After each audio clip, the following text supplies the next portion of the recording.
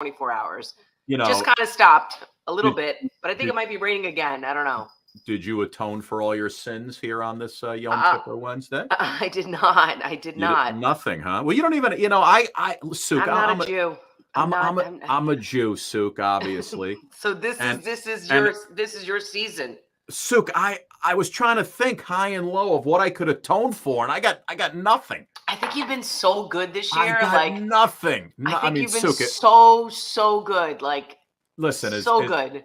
Is Pornhub a sin, Suk? I mean, if that, then just come and arrest me if that's, you know what I mean? What are you gonna do? You're so funny. I've been in the basement for 2 years. I haven't left. I've been in the basement trying to make it happen, people. I'm just trying to make it happen. Suk. I think you've been so good that God is only going to shower the blessings upon you. How's that? Listen, we were on last night. You said, "Hey, how come we're doing a show?" I said, "Because when you have Brandy Roderick on the show, former Playmate of the Year, the Lord has to wait, Suk. He's got to wait." I know, and she was great. Boy, she did so many things. We did that game F and good. Off. Yeah, that was pretty funny. That was pretty good. I didn't know how that was going to work out. She dated Hugh Hefner and was a Playboy Playmate, and she also was on Baywatch. Yeah. And I saw she posted when we, I noticed she was drinking that Prosecco during the show. That's why, Suk, we waited till the end to get her singing a little, Grease, right? So that worked out. That was her favorite show. I didn't know that. Yeah. I knew she was friends. And then I kept with on thinking, is she married to Andy Roderick? Like the whole thing. Andy Roddick, you mean? Roddick. Okay, the tennis player? That's how good whatever. Yeah, no, you're but way it's off Roderick, not Roddick. Anyway, everybody's loading up, Suk. We got a great show tonight. Philly Kid's going to join us on the back end. Paul Fallhaber is here. Executive producer extraordinaire, longtime EP of the Maury Show. He's got some great stories. You guys worked together back in the day. We got to talk about that. So we have. I love having guys like him on the show, Sue, because I love. He's a creator. He's somebody who's got on the pulse of this industry, and also he's an educator in terms of for our audience, in terms of like how we consume. He was one of those people that basically was behind the scenes on how we consumed information, what we watched, how we watched it. And he knows pretty much every executive. Yes. And also, I think the gatekeeper of the lie detector test too on Maury. You are not the father. Right? He is the gatekeeper to that envelope and that lie detector. Yeah. Isn't it amazing how one phrase and bingo, you know exactly what show you're talking about. You are the father. You are not the father. You know it's Maury, right? Yeah, it's Maury. It's Maury, and he just retired too. Yeah. So we have a lot to talk about. I mean, I would wondered what the retirement party looked like. It looked like they had an extravaganza at some location. I want to know all the details. Yep. Paul Fallhaber is coming up. Paul's coming up. Karamo is taking over that spot, so that show's on now. We're going to talk to Paul in just a second. And also Ryan Pratton, Sue. This guy found on Instagram. Yep, he's an Insta celebrity. As I was strolling through, and he does I think he does like 32 different celebrity impersonations. So we're going to bang through all those with him. Suk, are you ready to rock and roll and start the show? Let's start the show, Scotty. Let's do it. What do you say we do that, huh? Here you go. The Suki and Scott Show. This is one of the funnest shows I've ever done. Lady, when you're with me, I'm smiling. It's musical. It's magical. Suki and Scott, the seven of hearts. Exactly! This is a sexy show. Someone's getting some action. Now, these larger-than-life personalities are on an exciting new journey as they bring you the Suki and Scott Show. You guys nailed it. You're great. You ask great questions. You listen. I answered you because I have respect for you guys, and it was a question respectfully put. The Suki and Scott Show is your one-stop destination for humor. You like De Niro and Cape Fear. Counselor! Entertainment. Jesse's girl. Wonderful. Can you paint with all the colors of the wind?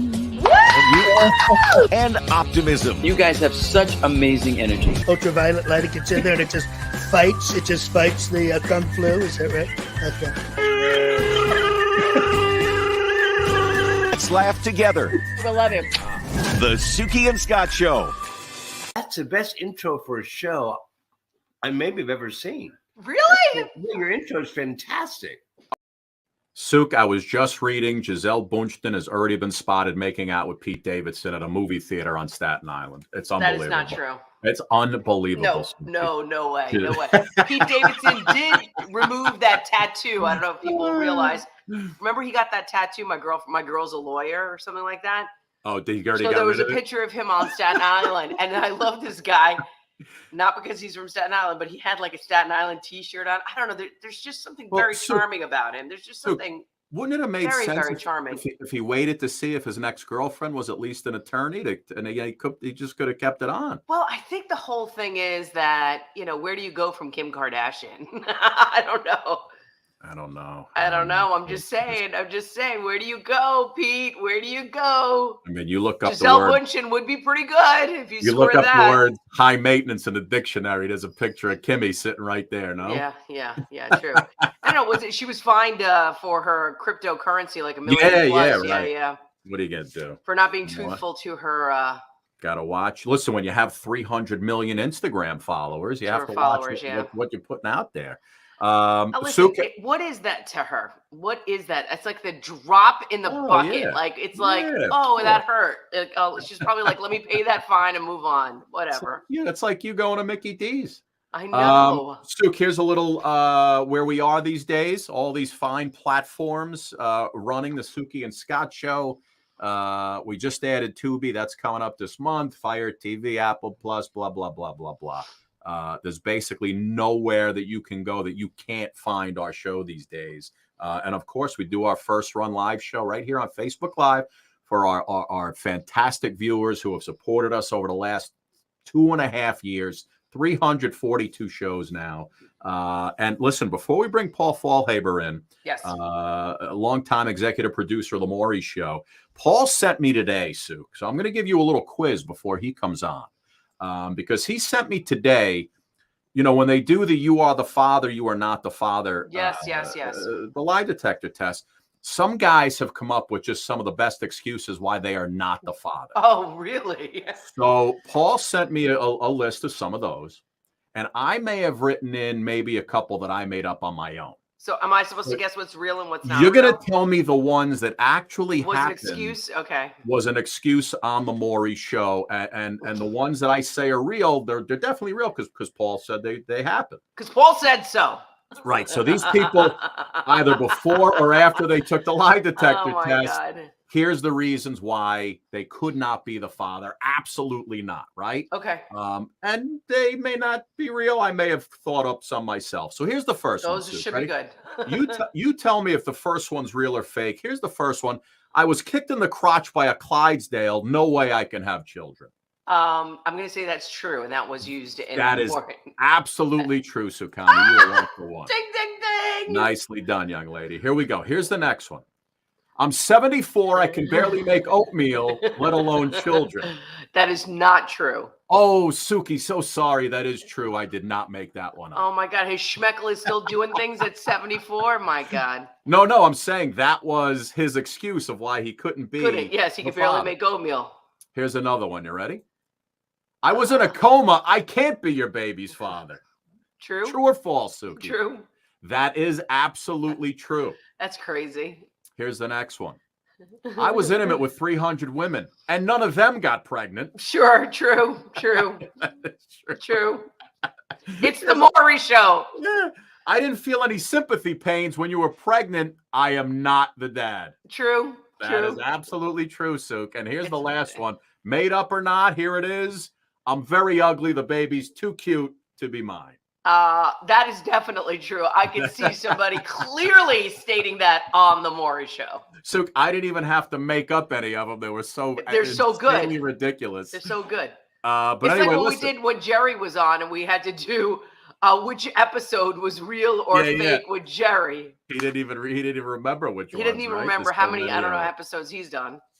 So funny. Well, listen, we're going to play that with Paul later on because I pulled out a couple of episode titles from Maury from before he came. That's good. From before Paul joined the show. So I don't know if he would know them all or not. But anyway, here he is, Paul Fallhaber.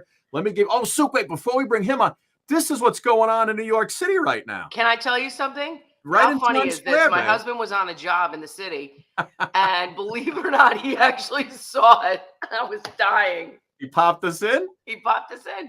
Oh, that's so great. I love it. But anyway, so yeah, the billboard up in Times Square. Paul Fallhaber's coming up right here. Let me give you a little look at Paul, and then we'll bring him in on the other side. Take a look. My name is Paul Fallhaber. I'm the executive producer of The Maury Show. I've been the executive producer since 2005, and I've actually been with the show the entire 20 years. So here's my Maury memory of 20 years. Besides all the staff people who have come in and out of these doors who I love like my family, and all of the guests, we're talking about over 3,000 shows. It's tens of thousands of guests. You come through these doors, you become part of our family. So besides that, there's one Maury memory that I remember that sticks out. Back in the early 2000s, Maury had the idea of doing a retreat with the staff. He said, hey guys, let's go to Montana. I have a house in Montana, and I'd love for you guys to come and enjoy the outdoors. We're riding on horses, we have ATVs, we went whitewater rafting. He called it Camp Povich.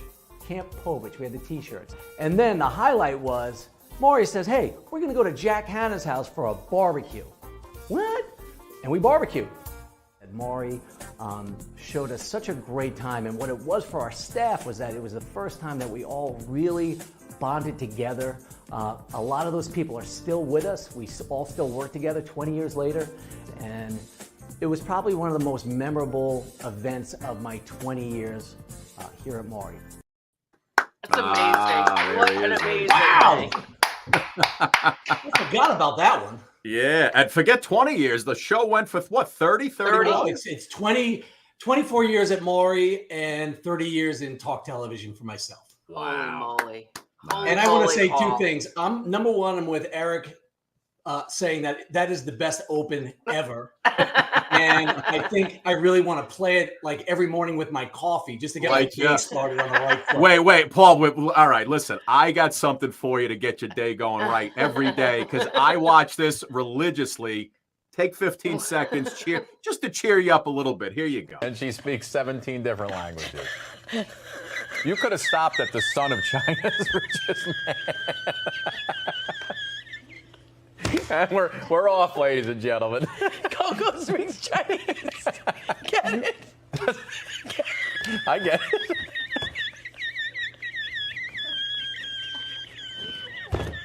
it.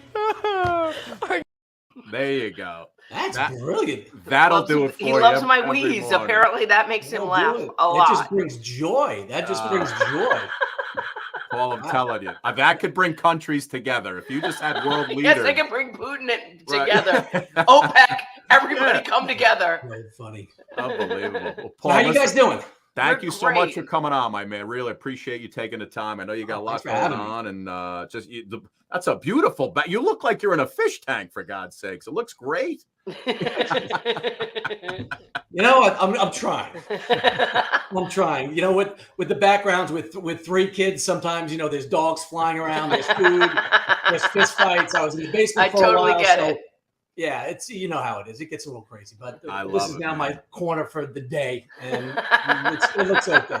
I love it. Well, listen, Paul, we've got a lot to talk about, really, and you and Suki have some history together. We're going to talk about that. But I love to ask guys like you who've been in the business for so long, executive producer, for producers. 30 years. You worked your way up, and you spent so much time on the Maury Show.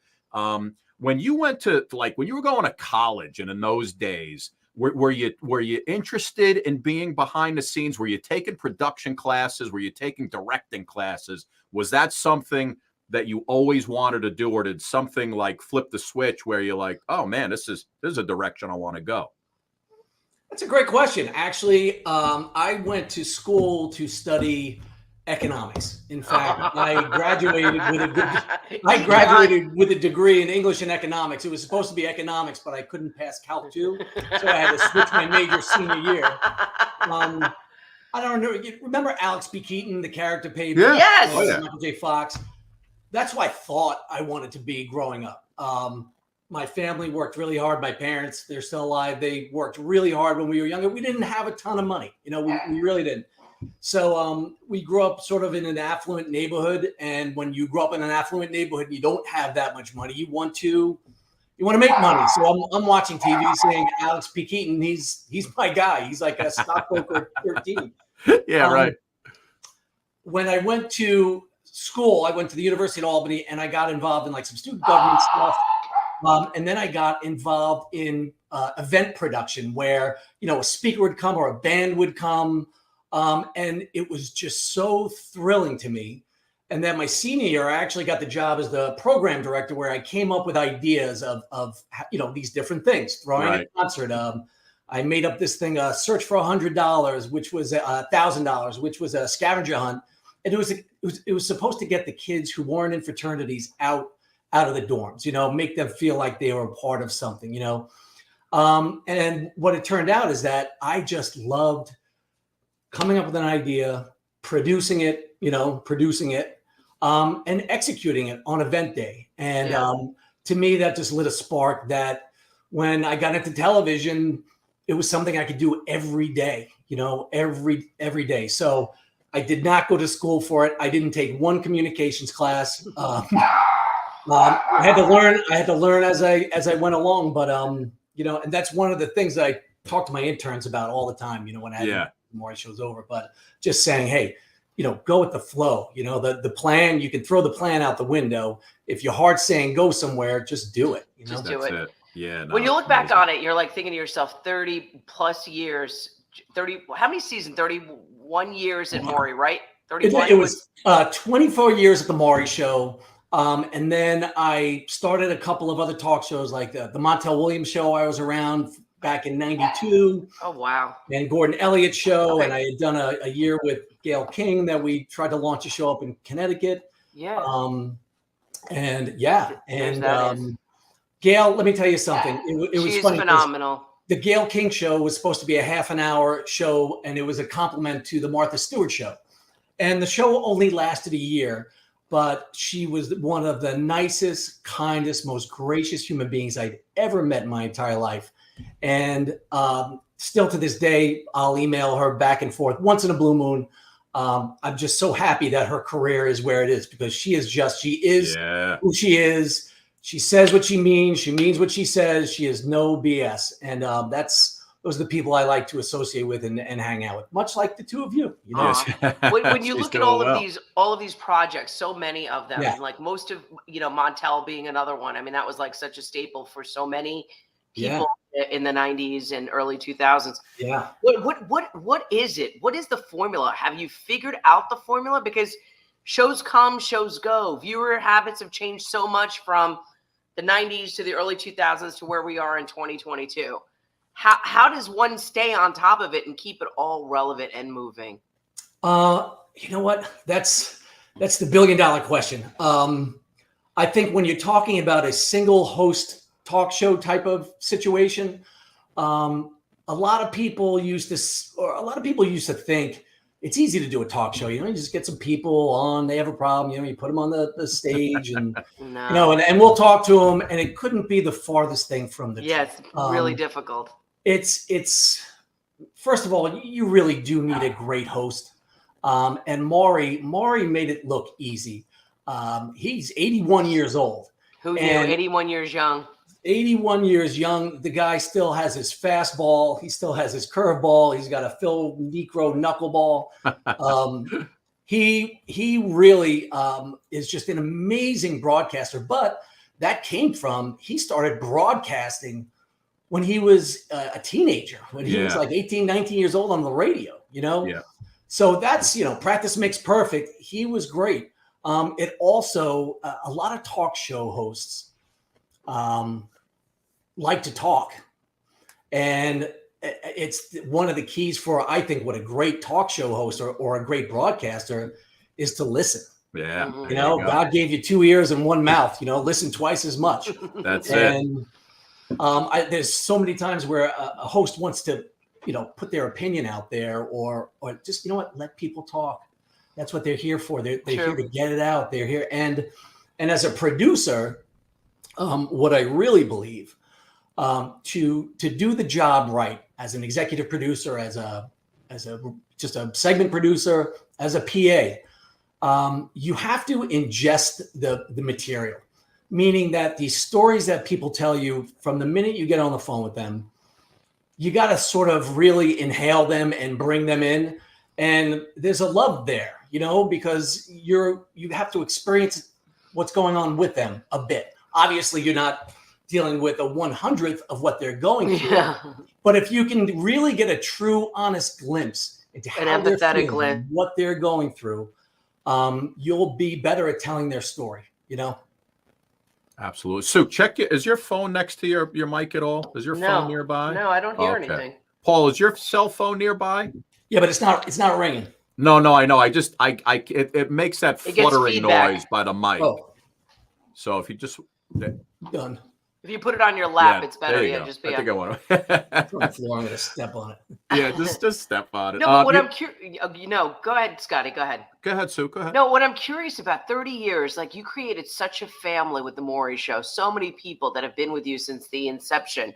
Yes. There must have been such a huge responsibility for you and for Maury to keep it all going. I mean, there's so many people that depend on you, that need you, that are loyal to you. Like, yeah. How did that feel to have that intensity for that breadth of time? You know what Maury said towards the end, and the way it ended was a little bit strange because of just some press stuff that wasn't supposed to. Somebody wrote an article that really wasn't true, and then it kind of took off. But Maury went out on his terms, 100%. It was decided a couple of years ago that this would be the last deal, the last 3-year station deal. He didn't have to do that. Right. He didn't have to spend another 3 years doing this. He works hard. He studies hard. Mm-hmm. He always brings his A game. Mm-hmm. But at 78 years old, did he really need to be chasing people down the hallway? No. I don't know. But what he'll tell you is that he felt a deep, deep responsibility for the families because now people who we hired years ago now are putting their kids in college. Right. And that was, the amazing part of it at the rap party. When I gave a speech, I basically said he was able to make people's dreams come true. Mm-hmm. And not in that sort of whimsical way where, I was 29 years old when I started with him. And my dream was to meet a great woman, to have a home, have a family, have kids. Sure. Wow. And without that job, without him coming to work every day, being as good as he is, and we all put our hard work in. But there was my dreams came true, and so did a lot of other people. And Maury really, really felt strongly about continuing this as long as he could for that reason only. Yeah, and Paul, beautiful thing. It's a beautiful thing in our industry. Yeah, it really is. And it was great because when we were on Pix 11, it was he would always come in. Every time new season started, he and Jerry and they would all come in. When you guys, when the if you can remember back, were you there when the first you are not the father stuff kicked in? Did you ever think that would become back when you first did it? Did you ever think that and the lie detector, all that would become like the staple of the show? This is a true story. Amy Rosenblum, we know Amy Rosenblum, who was the executive producer at the time. I was the co-executive producer. Yeah. We were standing on the floor. This was the first time we had done this episode. Right. And two very interesting things happened. First off, when we were briefing Maury, Amy was about to tell him the result. And Maury said, "Hold on. I don't want to know." He's like, he said, if I know what the result of the paternity test is, I'm going to possibly even subconsciously skew the questions. Yeah. Brilliant. So he wanted to learn, from that moment on, he wanted to learn like everybody else was learning at the same time. Now, after that result came out on that show, Amy turned to me and said, "Paul, I think we're going to get fired after the show." And that's true. We didn't know how Maury was going to react, how it all played out. And it turned out that the viewers really liked it. Loved it. Yeah. And you know what? It's that the paternity genre, say, or the paternity, on the Maury Show, it's really taken so many twists and turns over the last 2 decades. Like, you have to think of it this way. When we started in 1998, there was one computer in the office that had America Online that was connected to the internet. Wow. You know what I mean? Think of how old the iPhone actually really is. You know, really, I know. 12, 13 years old. Yeah. And Facebook, 2008, you know, the inception Right. of it. Yeah. Exactly. You think about that. We were doing stuff for almost a decade before any of those social media platforms. So these paternity tests, these lie detector tests, they really meant so much to a lot of people, because say it's almost like when you were in high school and somebody was spreading a rumor about you, right. And when you were young and it was tearing you apart, and you wish you could just get everybody in the auditorium to tell them the truth, Yeah. And that's what these shows did. It's like we gave them their day in court. And then as the years went on, it just took on different iterations. And it's interesting because just when you thought you heard it all, you'd get a guy who says, I used to play on my uncle's porch with his jar full of uranium. Right. That was one of the excuses. That's so crazy. What? And you know what? He's going to say it because you're reading the pre-interview, but when it comes out of their mouth, yeah, there's no way I can get you pregnant. And this lady right here, she came in a few times, right? Shalonda. Shalonda's huge. She did 19 paternity tests on the show. 19 of them. Yeah, and you know what? Here's the thing about Shalonda. Some people would say, "Why is she coming back? Why would she come back?" I give her a lot of credit. Mm-hmm. She wants to find out the truth. Want to find out? And, and her kid deserves it, right? Yeah. But she's a wonderful woman. She's a really nice lady. Yeah, and listen. Favorite guest, Paul. Favorite guest that you've ever had on that you're just like, that you're just like, wow, that was something special, or funny, or crazy. You know what? I can't. It's so hard to answer that. It really is, because there have been. And they're not celebrities thousands. That you'd remember their names. They're just regular people. They're right. You know what? It's funny when you asked me, when I knew I was coming on the show, I went down to my basement man room, the one I used to spend the time in. And I have all these great pictures of celebrities. And, I've had the opportunity to meet some wonderful celebrities, some really, see, you notice I do that with my hands. I've met some really wonderful people. But then as I'm thinking about sitting down and talking to you guys, like the people who I just are most memorable to me and that I'm proud of, or I don't want to say ashamed of, just sort of like, I remember that, are the guests. I spent my days and nights with the guests and the producers for 24 years, Listen, I just got a taste of, I had come from a news background, and back in 2004, excuse me, NBC Universal was launching the show called Home Delivery. And for the first time, oh my gosh, look at that.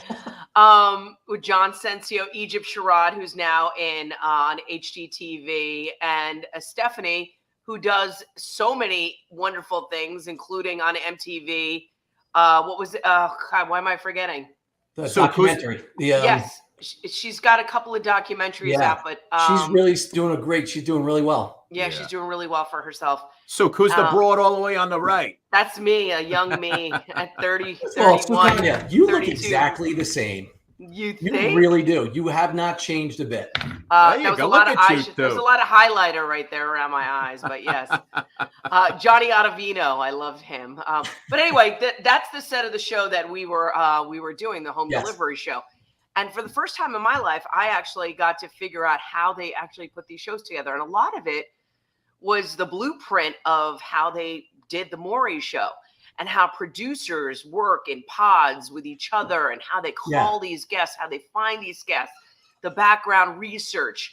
I mean, it is pretty phenomenal how Paul not only, taught these generations of future producers, but just how talk is put together, and they just make it look easy. It is just, boards, outline, people, cards. I mean, it's just an incredible amount of work that goes on to producing these shows, and all of these producers that you handpicked, and then painstakingly, I have witnessed teaching people how it's done and how it's executed. I learned so much that year on the road on how to be able to do that. And, that was just a whole other animal. And, I really, and it was so much fun, Paul. And it was like some of the best memories ever, for sure. I don't want to put anybody down, but Suki, by far, you were the crew's favorite to travel with. By far. I was a good time Charlie because I was the news person. You were a rock star. When these young men and women were really just sucking wind, you were right there to just pick them up, and it was great. So many shows. I mean, so many funny. Not funny shows because they're all people who are dealing with things, but just the ironic things that happened. How we did it. Yeah. There was this one poor child that needed to. It wasn't even mine, but it was just the poor child needed a prosthetic eye. Neffy. Yes, you remember that. Yeah, little Neffy. I spent the day with Neffy. You spent the day with Neffy. And poor Neffy was tormented because as a child, your eye socket grows. So your prosthetic eye has to grow with it. I mean, think about it, right? It's kept popping out. It kept popping out. And it actually popped out, and it was just really sad, and it was just awful. But what we did was we helped people in their time of need, children who are being bullied. Paul, that show was so ahead of itself. Do you know that? You know what? You know how ahead of itself it was? It was 2004 back then. It was such a big show, and I think that's why just economically, sending 4 hosts all over the country, and it literally was all over the country. We were. It just became, it was so costly, but the content was fabulous, and I thought it was like doing a daytime talk show out in the field. And, Suki, you picked up on it instantly. I mean, you could talk to anyone, any time of the day. But I remember it's the learning curve for the hosts. There's a lot. Scott, you know what happens? A lot of people, around Thanksgiving, the holiday times, when you meet people, they say, are those guests real? Right. Are those people real? They're real. It would be a lot easier if they weren't. You could get some actors, write a storyline, go home. Right. You're on the phone with these people 3 o'clock, 4 o'clock in the morning. I don't want to do the show. Well, Sukanya's coming to you tomorrow. You have to do the show. Yeah. It was just incredible, but it was like a crash course in your craft. Yeah. For me. Yeah. It was a crash course, and as an executive producer, that was to me like, Scotty, you've never seen anything like this. Like, really, honestly, you've never. It sounds very cool. It is so detailed, like he said, and so much of your heart and soul as those producers put into it, and and ultimately, all the execs are in charge of the bigger umbrella of what the show was and is.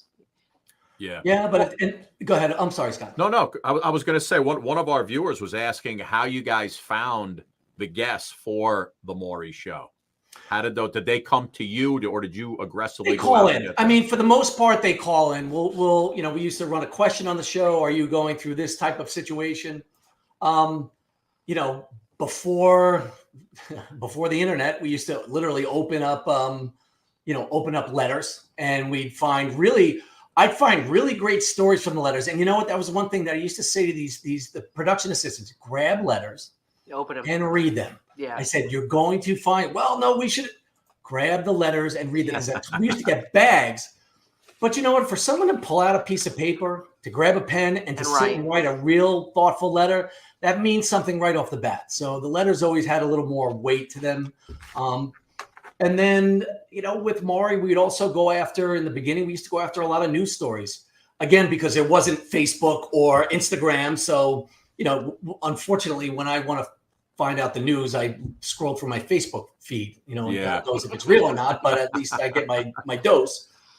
But back then, a story would break, say, on the nightly news, or another thing we used to do is get papers shipped in from all the big states. Wow. So the paper guy would come in with all these different, papers, the Sun Sentinel, from Texas, from Ohio.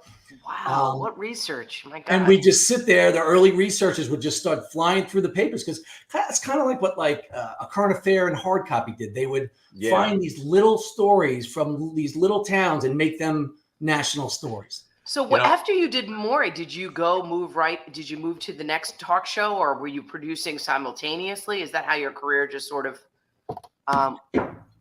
with Montel? Montel, yes, that's exactly what you were. Yeah, you know what, Montel, I was there for the first 3 years. And then I had gotten offered a promotion to go to the Gordon Elliott show. Oh my gosh, Gordon Elliott. Yeah, and that was a really, really. That's actually I met my wife at the Gordon Elliott show. Wow. She was an intern, then a PA, then she became an associate producer. And I was a producer. These days, that probably wouldn't fly so well. But we were having a.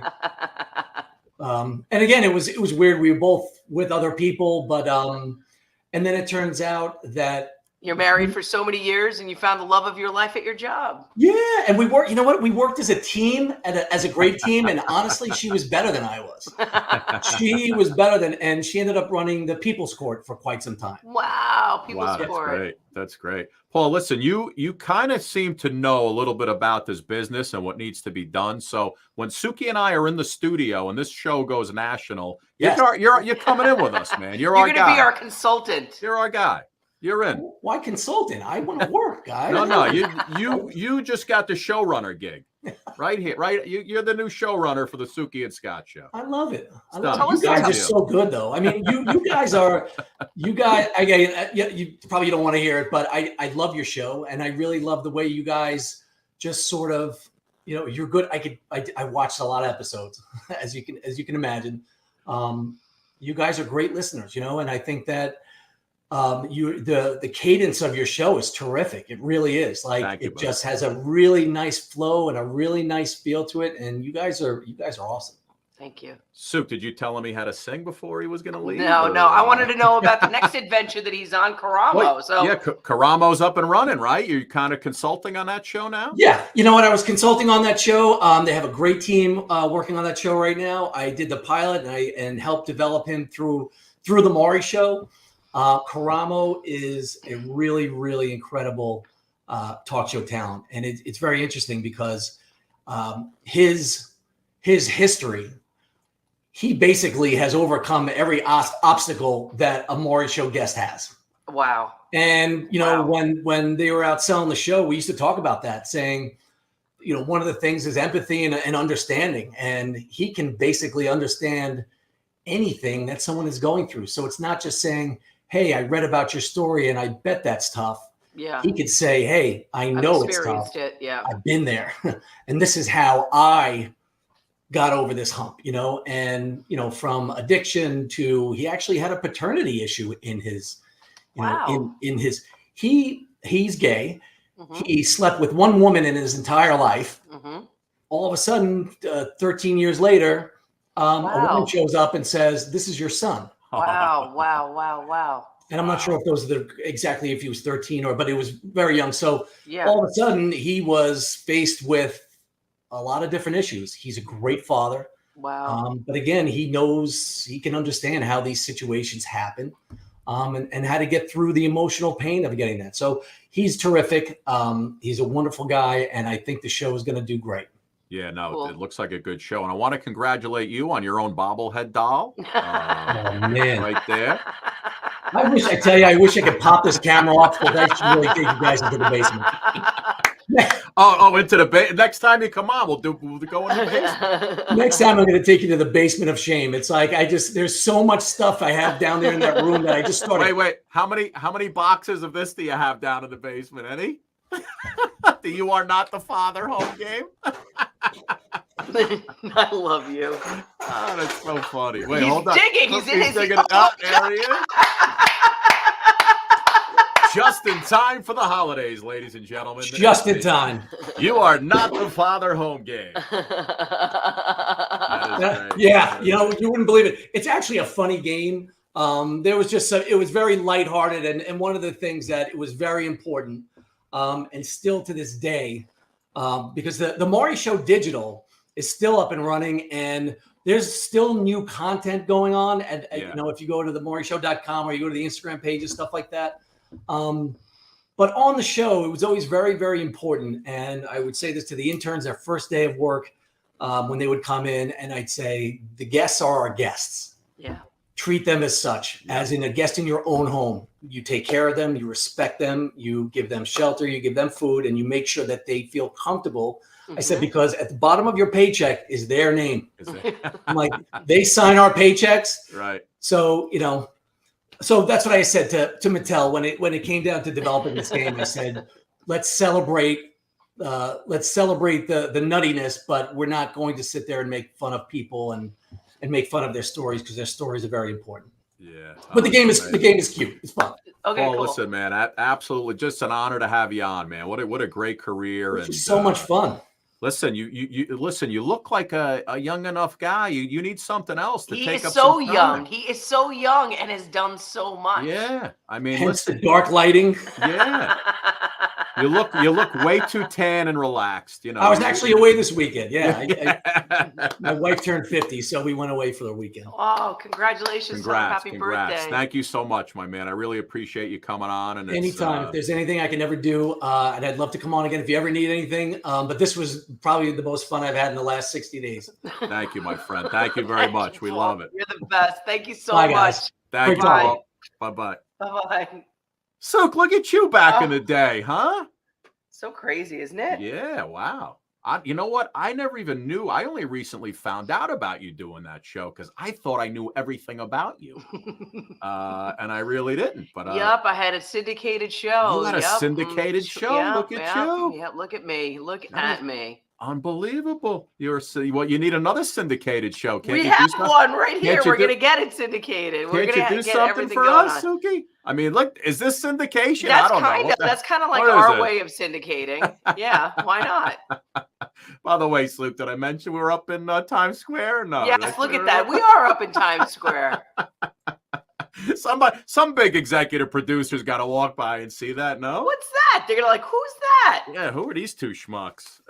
Anyway, Sook, listen, Ryan Pratton's coming up in just a second. I love this guy. You know, I mean, I love impressions. We have some great people who come on and do impressions. But first, we've got a new customer, a new client for all of our viewers. Sook, you know when you use a dustpan and you got to bend down. I have a dustpan over here. It's a pain. Right, but you got to bend down and brush it in. Yeah. And check this out for everybody out there. You got to watch this. Take a look. What you're seeing is a revolution in broom technology. Bending down is no longer needed to use a broom and a dustpan. Introducing the one-step broom.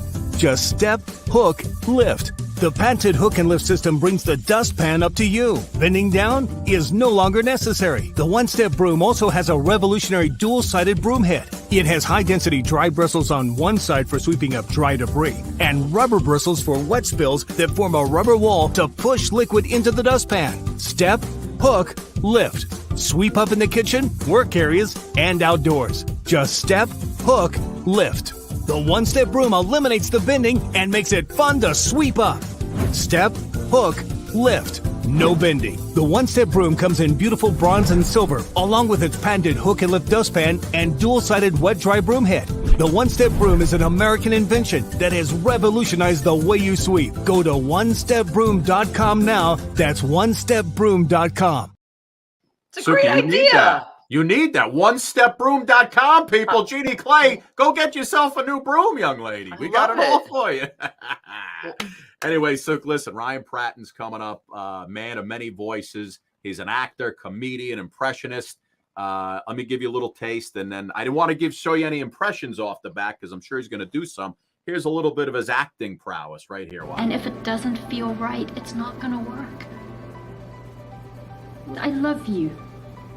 But I love you like a brother. An Amish brother. Let me sell your car. Huh? Yeah, it's fine. I just bought a new one online, so you can do whatever you want with it. I will do what I want with it. I'm gonna sell the crap out of this thing. Miss, are you interested in buying? Oh, shit! Oh! Ow, you made me curse! That stings like a beast on me! Ow! Ow! Wait, no, it got me in the glasses. I'm fine. Oh, you scared me. I thought you got me in the face with that. There he is, ladies and gentlemen. Hi, Ryan. Hey, guys. Ryan, how are you, buddy? Thanks for coming on, man. Oh, my gosh. You guys are awesome. Thank you for having me. Hey, that one-step broom. I have OCD, so I think this is genius. The foot is the most underutilized appendage, right? Yeah, it absolutely is. Everything, you know, flushing public toilets, opening doors. Just keep these hands clean. I'm on board. It's beautiful. You never have to bend down to sweep it up again. Terrible back issues. This is I'm serious. Never bend. Suki, you just had a little animal in the background of your kitchen. Do you realize that? Oh, I did. There was an did. animal. And he's something ripping crawling apart around. crap. You can see stuff that's little white balls. He's ripping apart stuff. Ryan, listen, man, I was flipping through Instagram and I noticed, like, I know during COVID you like blew up on there's Leo. You blew up on like TikTok and everything because you're banging out impressions left and right.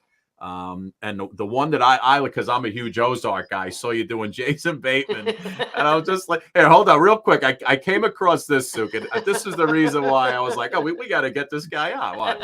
Hey, buddy, you might want to wash those hands before you eat. I've seen boogers and mud and God knows what else on those little dirty phalanges. Okay? Or just stick them right in there. Okay, a lot of germs. So that's my niece Hadley. I have a nephew and a niece, and they're just adorable. And I'm like always wanting to like do videos with them. And my nephew's like he really wants to stick to the SAG, the union rules. He's like, you got me for 30 minutes. You got to get a Coogan account, and I don't do it for anything less than like scale plus 50. In and out. I think scale's around $300 these days. I know. I'm like, look, buddy, you and I both.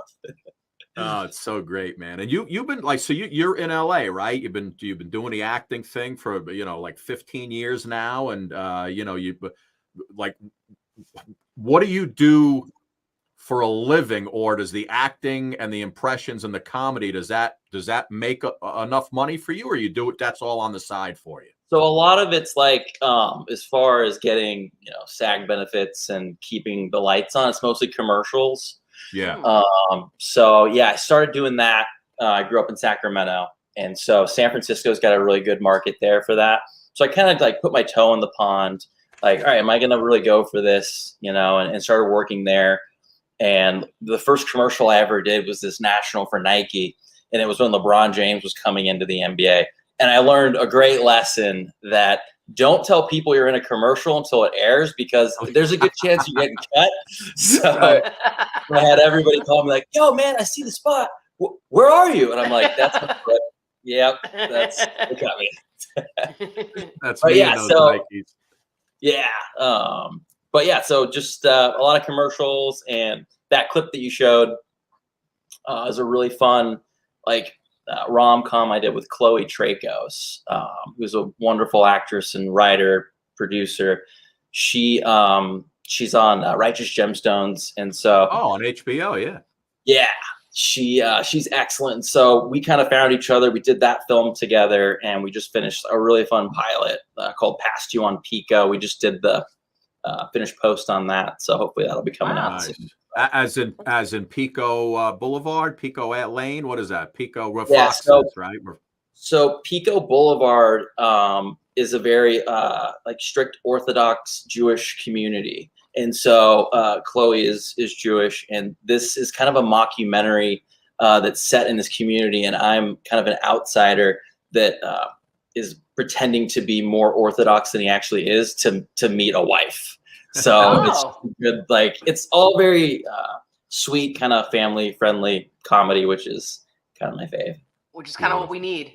Yeah, really. Yeah, like that's what I like about your guys' show. It's excellent. It's like really sweet, and it just brings positivity, which that's it. We're just here to have some fun and goof around, and nothing too deep. Yeah.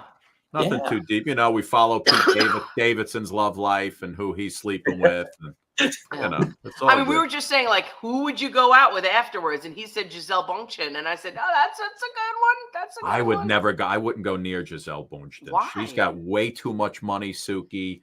It's just you can't even compete. You wouldn't want to crawl up those legs and just if you're offering me a one-nighter with Giselle, sure. You know, listen, I you could just go. talk about Pete Davidson. Who would you do it? I mean, come on, Ryan. You have any suggestions? I mean, after Kim.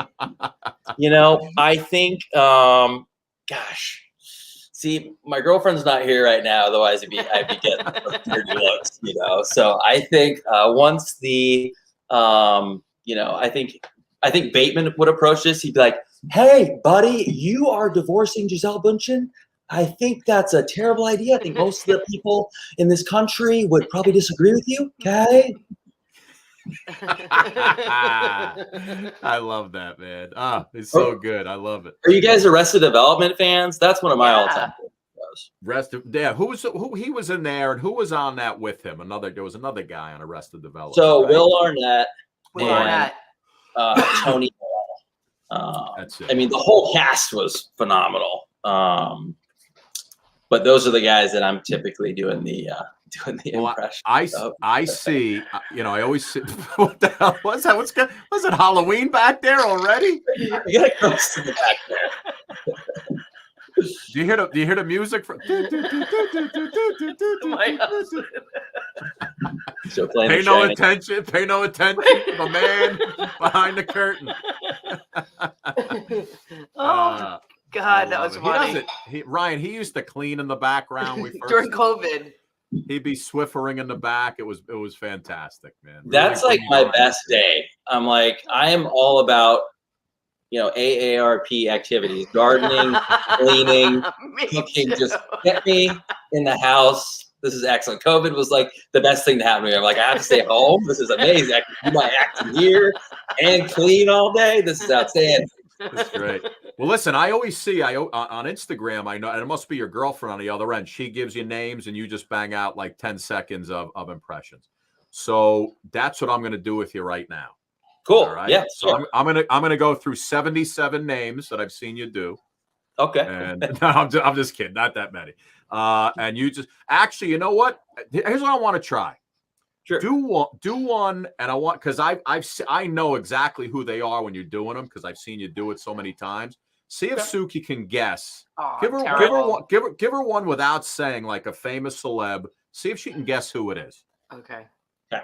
So, question for you: do you want me to do like a line from something that she might know, or just kind of riff?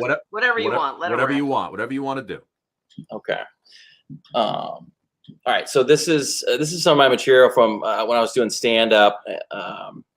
So these are celebrities meeting God. Okay. Okay. Yeah. Wow. Okay. I figured I was gonna live to be at least 80 years old. All right. Guess that's out the window. All right. Yeah. I have no idea what I'm doing here. Damn, it looks great. I love what you're doing with all the white. You know who that is, Suk? Yeah, Owen Williams. Owen Wilson. Whatever his name There you is. go. All right. Go ahead. Keep going, Ryan. Go ahead. So one of the first, like, a lot of old school stuff. Like when I first started, I was a huge Three Amigos fan, Steve Martin and all those guys. Yeah. I mean, I was the only like child running around quoting Joe Montana, you know, and and John Lovitz. He's like, you know, what did he say? He said that to me today, Mr. Legelman. That's one of my favorites. But I'd say Ashton Kutcher is probably another one that go ahead. That does pretty well. I kind of learned to do this impression because I had a crush on this girl who was obsessed with him. This is when that 70s show was on. So I started growing my hair out. I started wearing backwards hats, and I'm just like, so what do you want to do this weekend for fun?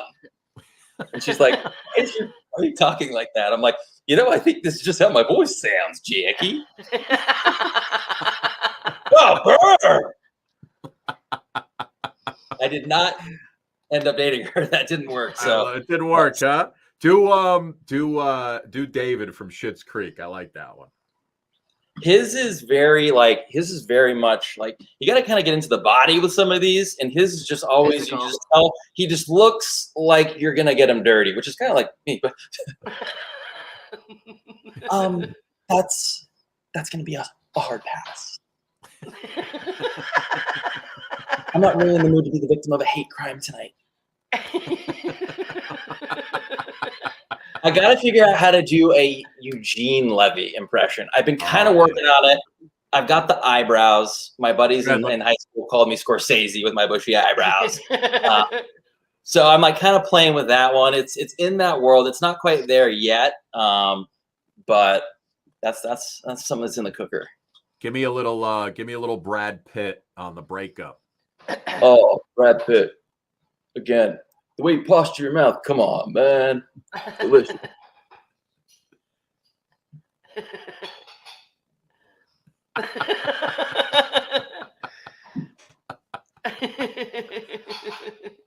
It's so good. I love that. And McConaughey. Oh yeah. All right, listen to me. All right, there's a certain way to respond to this impression. All right, sometimes you need a little trigger word, something to get your gears rolling. All right, McConaughey is more personality. All right, trying to throw in some S's to get that whistle in there. All right. That was spot on. Wow. You got the vocal fry. Who else? Going down, jog down the old jog down the street. First rule: jog down the street. Is Matthew McConaughey, shirt off. All right. All right. No wind resistance. You follow.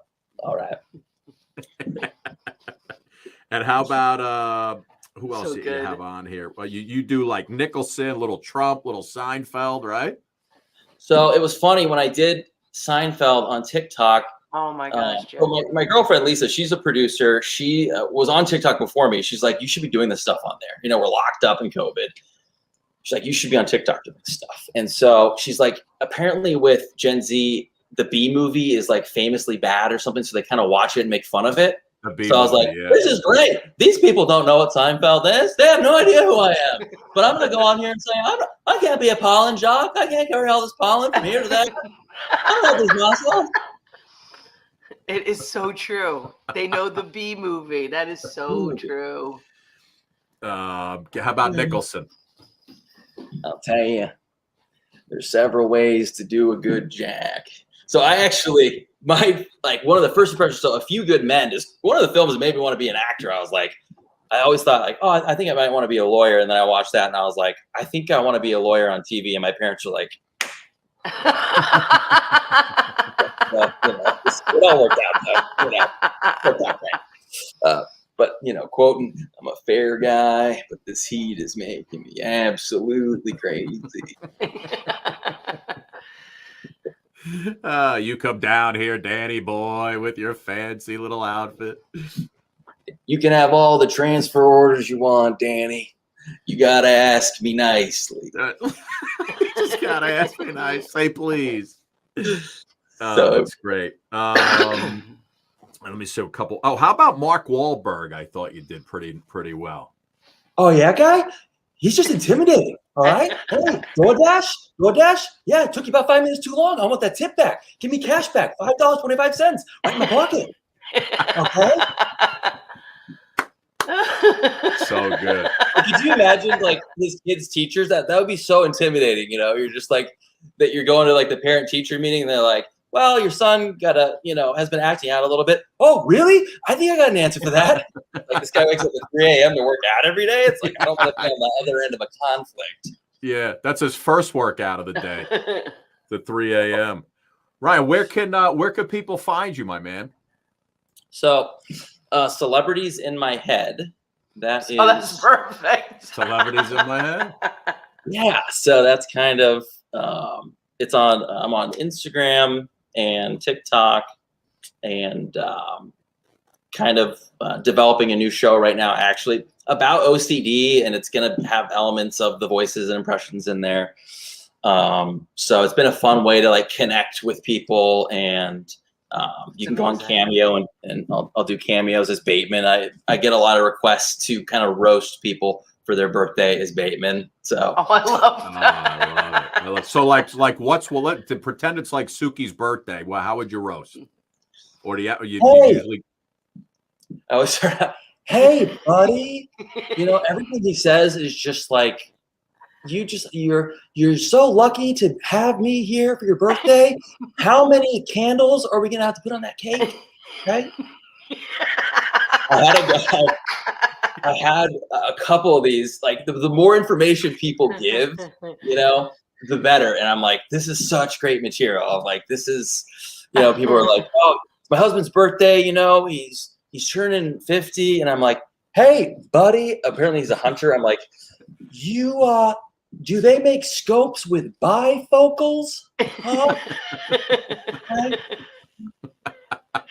Oh my God. And you must get so much stuff out of Ozark, man, from him. That's got to be, a plethora of material. I love Ozark. I kind of created my own mashup called Ozark Development. So it's all the characters. Oh my gosh. Of Arrested Development that Bateman's bringing in to help them launder money for the cartel. So it's basically, I never got to be on Arrested Development, so this is my way of just living my best life. I'm like, oh, I'm not on Arrested Development, I'll just do it myself. So I have like, I got Buster and Will Arnett on there. It's like, it's an illusion, Michael. That is so good, man. Oh, I love it. I love it. And there was one more I thought you did. Oh yeah, you actually did Trump. I thought was pretty decent. No, thanks. There's so many guys out there that are doing Trump, but I did pepper him in recently. But I'd have to say this is a great interview, really good interview, one of the greatest interviews that's ever been given. Ever. A lot of people say great things about me on this interview. I love it. I love it. And the last one I'll have you leave off with is Vince Vaughn. Look, I'm gonna be honest with you. I thought this went really great. I think we knocked it out. It's a little hot here. I got the air conditioning on in October. It's hard to find a Halloween costume. I'm gonna be honest with you. I'd rather just keep it light. We're gonna throw a big party here. Maybe go wall to wall with Santa. I love it, man. I love it. Ryan, you're Ryan, fantastic. thank you so much. So good. Hey, I love it. Thank you guys. I've got a lot of friends and family watching. They're loving it. Tell them again where they could find you, because once we're done with this, it airs on so many different places, man. Oh, cool. So celebrities in my head, on Instagram and TikTok. So it's just real easy. Celebrities in my head, and it's Ryan Pratton. And listen, bro, just keep doing what you're talented. doing. And, thanks, guys. We'll see you on Kimmel. Good luck on your project. It sounds amazing. Yeah. That would be great. I hope it gets greenlit. Hey, and I hope you guys get the syndication. You'll get it. You're doing great. We will. I'm telling you. Times Square. Nothing's gonna stop us, Ryan. Nothing's gonna stop us. Ryan, we didn't come this far just to get this far. Yeah. Hey, if I can do anything to help, let me know. I know not too many people, but I can talk to. I've got at least 50 friends on. I know a guy that's like in a sheet walking around. Somebody's walking around in a sheet. I mean, that guy's got connections written all over him. Connections. Unbelievable. Ryan, thank you, my man. Enjoy Halloween. So talented, Ryan. Thank you, guys. Thank you so much. Really. Come back on again, my friend. Oh my gosh, if you'll have me, absolutely. Thanks, all right, guys. My man. Good luck, bud. We gotta have him on for the holidays. Take care. That's so good. Right? I'd like to see him sitting with John DiDomenico. So that'd be fun. That'd be good. Going back and forth with the names.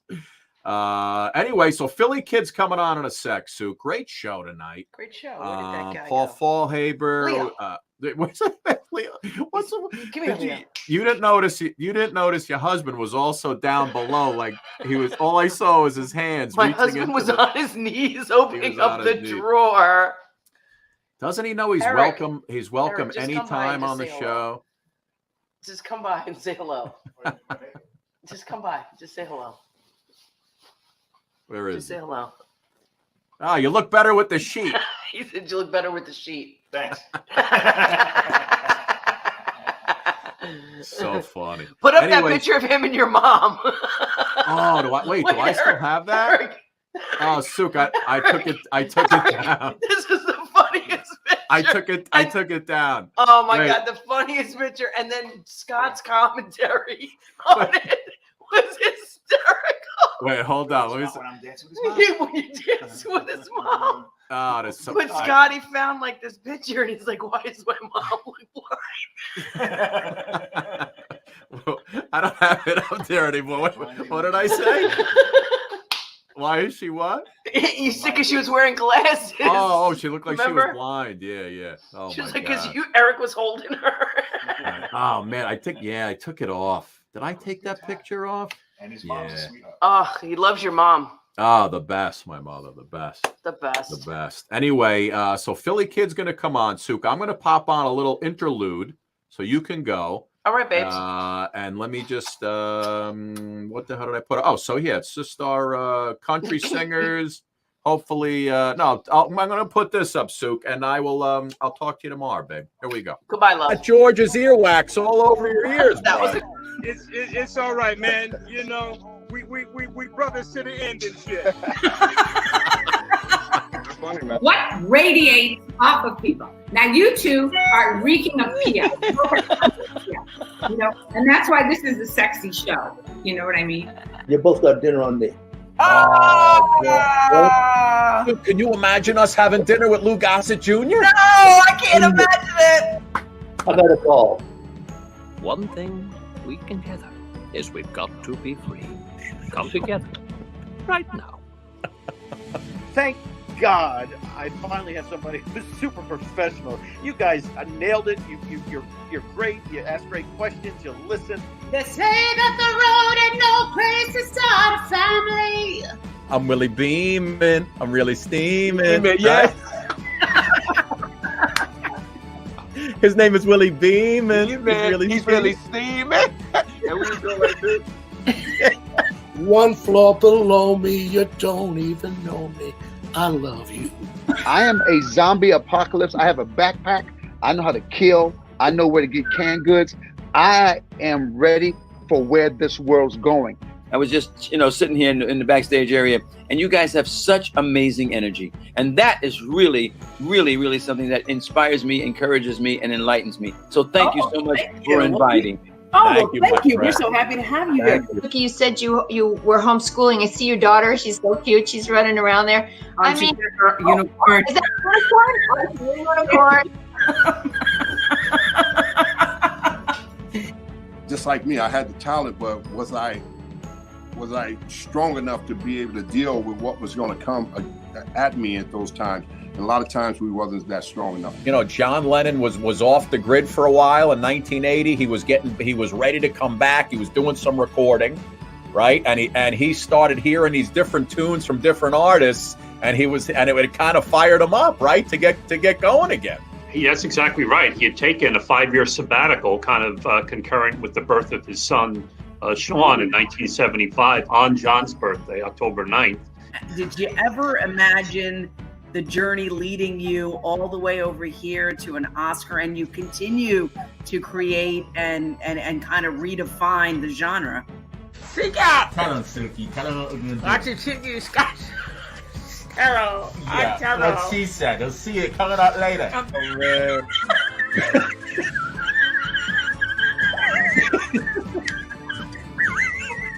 We continue to be bosses and presidents of companies. Do you and hear let's keep the those women people down. singing the songs of angry men? Leaving yourself, the rest is up to me. Don't go chasing waterfalls. Good morning, Baltimore. Those raindrops are falling on my head and they keep falling. So I just did me some talking to the sun. And I said I didn't like the way he got things done. Darling, only the good die young. That's what I said. I wonder if I take you home. Take you home. All you need is love. What? Na. Well, thank you very much. I'm glad you enjoyed that, Scott, and I appreciate that compliment. That's fantastic, Suki. Kanya, very nice to meet you. Good. The candy man who came because he mixes it with love and makes the world feel good. Hold on. Pow, the marbles down.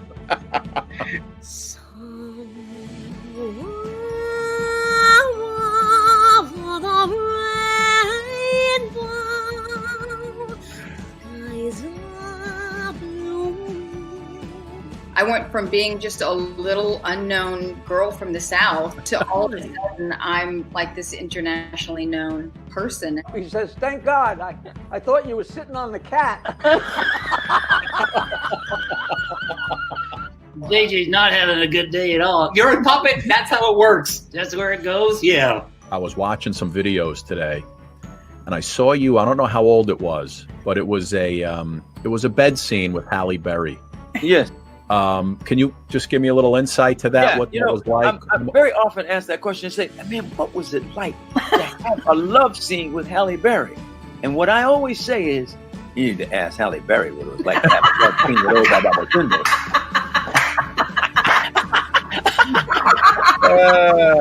I gotta get her on now. Now I gotta get her on. Hey. What was the card in your mind, Scott? I was going 3 of clubs. Wow, that's a random card. But here, let me ask you something. Scott, have you and I ever met before? Yes or no? No, sir. This morning, I had a vision of you. I knew what you looked like from doing research. But this is my friend. His name is, can you see him? There he is. His name is Scott. He looks just like you. Watch him take off his hat. Watch him reach into his hat and take out 1 card out of every card. Of course, he's going to take out the 3 of clubs. The card. The more you drink, the better the magic. That's just normal. Now, let me keep on going. And when you're putting out dinner for 600 people and you're in a kitchen where, you know, the dishwasher's in the bathroom and the hot water's not working, these things actually really happen. These are things that actually happen on the show. I'm just a man born black. I'm not a hero. I'm not a martyr. What you're seeing is a revolution in broom technology. Bending down is no longer needed to use a broom and a dustpan. Introducing the one-step broom. Just step, hook, lift. The patented hook and lift system brings the dustpan up to you. Bending down is no longer necessary. The one-step broom also has a revolutionary dual-sided broom head. It has high-density dry bristles on one side for sweeping up dry debris, and rubber bristles for wet spills that form a rubber wall to push liquid into the dustpan. Step, hook, lift. Sweep up in the kitchen, work areas, and outdoors. Just step, hook, lift. The one-step broom eliminates the bending and makes it fun to sweep up. Step, hook, lift. No bending. The one-step broom comes in beautiful bronze and silver, along with its patented hook and lift dustpan and dual-sided wet-dry broom head. The one-step broom is an American invention that has revolutionized the way you sweep. Go to onestepbroom.com now. That's onestepbroom.com. Ah, yeah, Philly Kid, onestepbroom.com. Woo! Philly Kid. I guess you can't log on if I don't send you the invite, huh? Yeah. Yeah, and then when I logged into the show, it flashes on the screen. It says your computer, and the guy starts talking. You hear a voice, and he says, your computer is now locked. You must call this 1-800 number. Oh, no, to unlock it. That's a scam right there. Oh, yeah, it's a big-time scam. Yeah. But, yeah, they tried to rip me off. Oh, man. But so what's going on, Scotty? Nothing, man. You got to get the broom. Got to get that broom. Phil, you never have to bend down again for the broom. I don't need to be bending down anymore at my age and with my back. That broom would be a godsend. Trust me. By the way, that little 4 or 5 minute trip down memory lane there was just like a couple of things that we had, and it's some of the stuff I don't even remember until it pops up, and it's just like, oh my god! Even we had you singing on there as a guest, and it was just, it's like that stuff is so old with the old Zoom screens and everything else. Yeah, but in 2 years there's a lot of content there, man. I'll tell you what. Oh my god, a lot of content! Wow, 340 shows, all about an hour each, 2 guests. That means we have 680 guests, and blah blah blah blah blah. Yeah, doing good, man. Sounds like you're doing good. What's the good word, my brother? What's the good word? Not too much. Very, very busy as usual. In fact, I wrapped up a couple of video auditions right before I logged onto the show. So fingers crossed, one of those hits. Nice. But you only need the one. Just need the one. Yes, Philly Kid. You just need the one. That's all it is. Yes. You never know. So hey, I got a little quiz for you. Go ahead. So, a singer's birthday today. Famous singer's birthday. He was born October 5th in 1943. 1943. He's 78 years. He's 78 years old. 78 years old. Give me the song. Okay, and Let me stop singing before you guess. All right, go ahead. And one of his tunes went like this. Well, I've been looking real hard and I'm trying to find a job, but it just keeps getting tougher every day. But I gotta do my part, 'cause I know in my heart I gotta please my sweet baby, yeah. Well, I ain't superstitious and I don't get suspicious, but my woman is a friend of mine. And I know that it's true that all the things that I do will come back to me in my sweet time. Continue singing if you know it, Because Scotty. I'm a joker, I'm a smoker, I'm a midnight toker. Little Stevie Miller, huh? Yeah, but it's more like, so keep on rocking me, baby. Keep on rocking. It was funny because I was listening to Howard Stern the other day, and he had Jan Wenner on, who was the guy who started Rolling Stone magazine. Right. And he used to hang out with Steve Miller. I mean, he hung out with everybody back in the day. And they were talking about how Steve Miller is such a cranky guy. Like he's never in a good mood. But, God, he puts out such great music. How old is he? 73? 78. 78, Steve Miller. Oh, my God. 78. Jungle love is driving me mad. It's making me crazy. Crazy. I met you in somebody's island. This is one of my favorite songs of his from back in the day, but also because it was on the Simpsons episode. Some people call me the space cowboy, yeah. Some people call me the gangster of love. Some people call me Maurice. Because I speak of the pompatus of love. Hey, Scotty, what is the pompatus of love? I was going to say, what's pompatus of love, Philly? I don't know. I do know you're the cutest thing that I ever did see. I really love your peaches, wanna shake your tree. Love it, love it, love it, love it, love it all the time. Whoop. Oh man. Ooh, baby. We gotta find a good Steve Miller song to duet this weekend. How about Jungle Love? Jungle Love. It's driving me mad. It's making me crazy, crazy. Jungle Love. Driving me mad. Didn't they do that on Everybody Loves Raymond, right? They did like a montage to that song where they were all dancing in different scenes. I think so. Yeah. I met you in somebody's island. Our boy Jeff says we should do We Go Jet at a Liner. Don't carry me too far away. Whoa, big old jet airliner, 'cause it's here that I got to stay. Goodbye to all my friends at home. Goodbye to people I trusted. That might work out well for us. Yeah, we'll give it a shot and see what happens. But hey, you might need to check around and see if we can get him on the show. Who, Steve Miller? Yeah. We could probably locate Steve Miller. Is he on Instagram? Probably not. Yeah. At 78, you never know. Oh, my God. He may be on MySpace or something. Yeah. He's definitely not on Instagram. Steve Miller. Phil, have you seen? You had to watch the what's his name? The Jeffrey Dahmer thing on Netflix. Did you see that series? I've been seeing the trailers for it and whatnot, and I'm real leery of watching it because I remember when that story first came out. Yeah. And I remember being, some of the stories about some of the victims and the cannibalism, and it really just turned my stomach. And I don't know if I could watch that or not. Dude, if I tell you, I watched the first episode, right? And the first episode is really kind of, it bounces around, but the first episode is the scene in the apartment where the kid gets away and runs away where he gets caught, right? Uh-huh. The kid runs down the street with the handcuffs on, brings the police back, and Dahmer gets caught. I watched that first episode and I was like, this is a little creepy for me.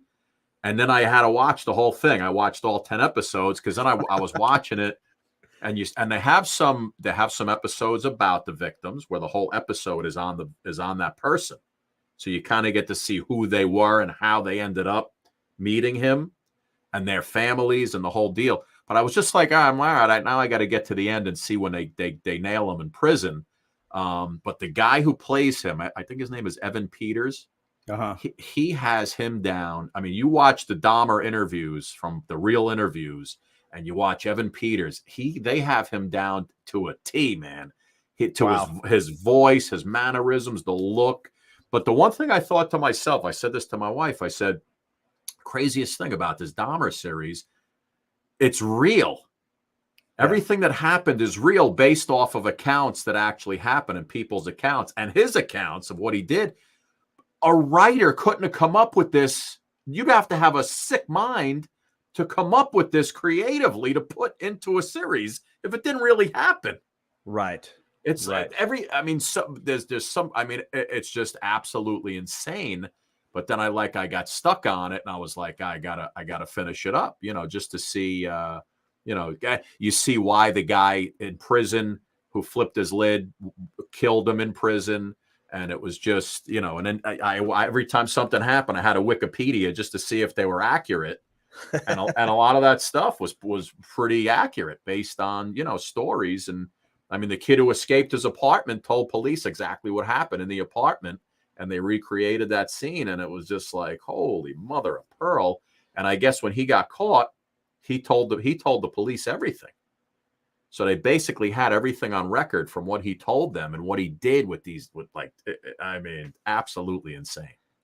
Yeah. So yeah. I've seen it come up, on Netflix. I'm like, I'm not ready to watch that quite yet. Yeah, but, yeah. And then you see how many times the Milwaukee police had him and they let him go. Yeah. Like they just had him a couple times and they let him go. Like, he had bodies and bags in the back of the car. He was drunk driving and they just let him go. It was wild. Wow. So, yeah. So it's crazy. It's a crazy series. But anyway, I've been watching Better Call Saul. Oh, you're back to Saul again? You rewatch it? Yeah. I'm finishing that up. It's pretty good. The only thing about that I don't like is, it's kind of a prequel to Breaking Bad. Yeah. And I've seen Breaking Bad. So you see parts in Better Call Saul, which is the prequel, and you go, well, I'm not that scared of something happening to this guy because he's in Breaking Bad. So I know he's not going to die. Nothing's happening. And does Bryan Cranston make an appearance in Saul? He made a couple of appearances, right? Or no? I don't know. I haven't got that far. If he has, I haven't got to him yet. Oh, is this the first time you watched it? Yeah, this is the first time. Oh, I thought you saw it and you just redoing it.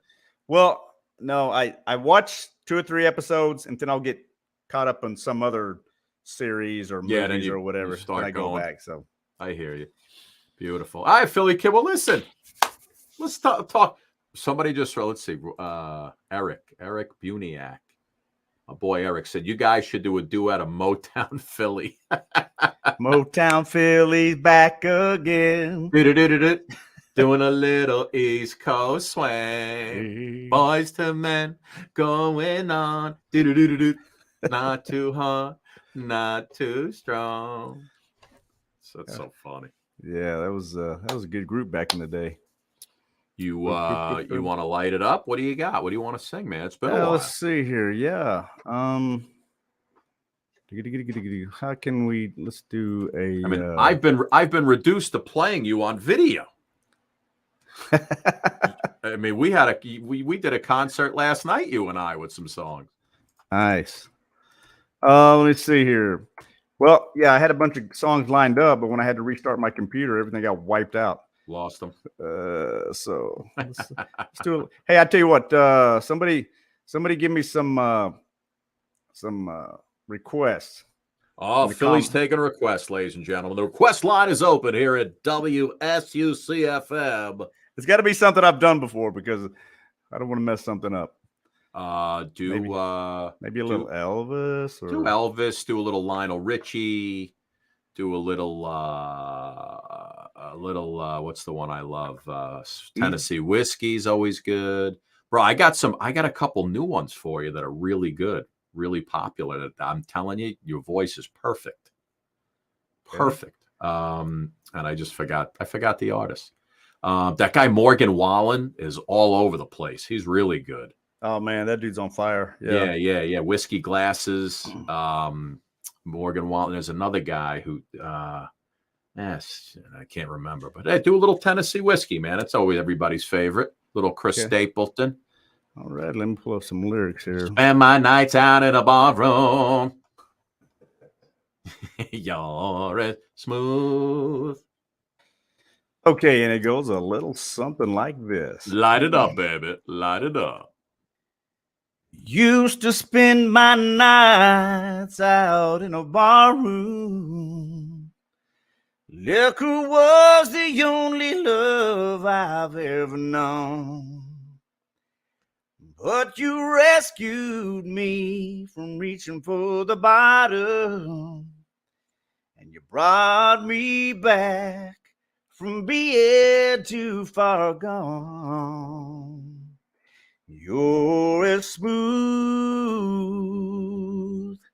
as Tennessee whiskey. You're as sweet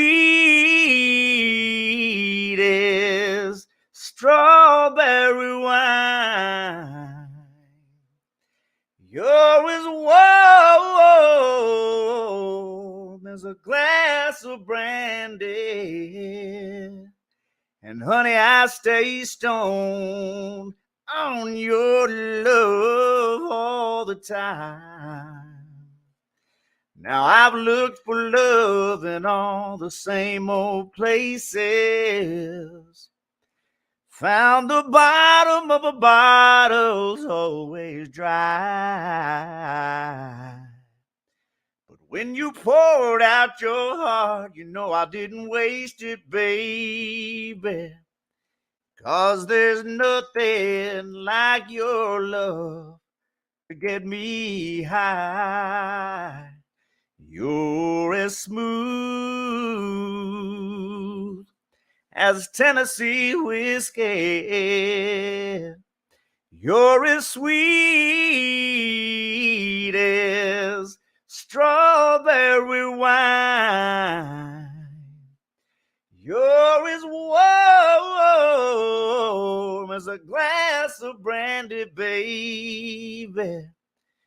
And honey, I stay stoned on your love all the time. You're as smooth as Tennessee whiskey. Tennessee whiskey. Tennessee whiskey. Yeah, baby. Somebody wrote, how about a wait, what did that say? Johnny Cash. What? Johnny Cash, his wife has passed away yesterday? No, that was Loretta Lynn, Dora. Loretta Lynn, not Johnny Cash's wife. Yeah, Loretta Lynn passed away. Yeah, June Carter Cash. She passed away a while ago, right? I believe so. Yeah, Loretta Lynn. Who was somebody said Anita said, how about a little BJ Thomas? He was in that little montage. Can't believe he passed away, BJ Thomas. I know. And you and I were one of like I think that may have been like the last interview he did. I think it was because it wasn't long afterwards. Yeah, I don't know that he was on anywhere else. Yeah, not that I know of. Great guy, great guy, man. Sorely missed. And but he had one that was about 40 years old and everybody loved. And it goes a little something like this. Light it up, baby. Raindrops are falling on my head. And just like the guy whose feet are too big for his bed, nothing seems to fit. Those raindrops are falling on my head. They keep falling. So I just did me some talking to the sun. And I said I didn't like the way he got things done. Sleeping on the job, Those raindrops are falling on my head, they keep falling. But there's one thing I know. The blues they send to meet me won't defeat me. It won't be long till happiness steps up to greet me. Ba-boom, da-da-do. Ba-boom, da-do-do. Raindrops keep falling on my head. Do-do-do-do. But that doesn't mean my eyes will soon be turning red. Scotty? Crying's not for me. Those raindrops are falling on my head. They keep falling. So I just did me some talking to the sun. Philly kid, take it. I said I didn't like the way he got things done. Sleeping on the job. They keep falling. But there's one thing I know. The blues they send to meet me, they won't defeat me. It won't be long, Scotty, till happiness has come to greet me. Steps up to greet me. Yeah. Right. I was close. I was close. Da-da. You know, when he was on the show, we actually got him to sing that song, remember? Yeah, we got him to sing that, and we got him to sing I Can't Fight This Feeling Deep Inside of Me. Girl, you just don't realize what you do to me when you hold me in your arms so tight. You let me know, Philly, everything's all right. I'm hooked on a feeling, high on believing that you're in love with me. Who got Chaka? Lips as sweet as candy. The taste is on my mind. Phil, did you see this picture of Suki here from this show she used to be on? Can you see the screen? Oh my gosh. You see her Yeah, I there see on that. all the way Yeah. on the right? So funny, right? That's And an then the- awesome photo. That's so funny. Wow. Suki is a beautiful woman. She is. She's a fine looking woman, boy. All right, Philly kid. How do you want to take us home, baby? How do you want to take us home? Are there any more requests? Any more requests? Let me see. Request. Da-da-da-da-da. Da-da-da-da-da. BJ Thomas again. BJ Thomas. Why don't you do a little, finish us off with some Elvis? Okay. Let's Do see. a little here. Elvis. Okay. Do you know Crazy Love? Yvonne Crazy Love? Burns said sing Crazy Love, Phil. I'd rather finish off with some Elvis. All right, light it up with a little Elvis. I already had the. You sing Elvis over our billboards in Times Square, Phil. Go ahead. You sing Elvis. Nice. Okay, here we go. Lyrics.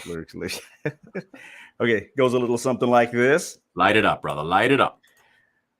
Wise men say only fools rush in, but I can't help falling in love with you. Shall I stay? Would it be a sin if I can't help falling in love with you? Like a river flows surely to the sea, Darling, so it goes. Some things are meant to be. Take my hand. Take my whole life too. For I can't help falling in love with you. Thank you, Philly Kid. Good to see you, my man. Same here, Scotty. We'll see everybody next week. More shows coming. More big news ahead. And blah, blah, blah, blah, blah. Philly Kid, love you, my friend. I'll talk to you soon, buddy. See you, buddy. Take care. Good night, everybody. What you're seeing is a revolution in broom technology. Bending down is no longer needed to use a broom and a dustpan. Introducing the one-step broom. Just step, hook, lift. The patented hook and lift system brings the dustpan up to you. Bending down is no longer necessary. The one-step broom also has a revolutionary dual-sided broom head. It has high-density dry bristles on one side for sweeping up dry debris, and rubber bristles for wet spills that form a rubber wall to push liquid into the dustpan. Step, hook, lift. Sweep up in the kitchen, work areas, and outdoors. Just step, hook, lift. The one-step broom eliminates the bending and makes it fun to sweep up. Step, hook, lift. No bending. The one-step broom comes in beautiful bronze and silver, along with its patented hook and lift dustpan and dual-sided wet-dry broom head. The one-step broom is an American invention that has revolutionized the way you sweep. Go to onestepbroom.com now. That's onestepbroom.com.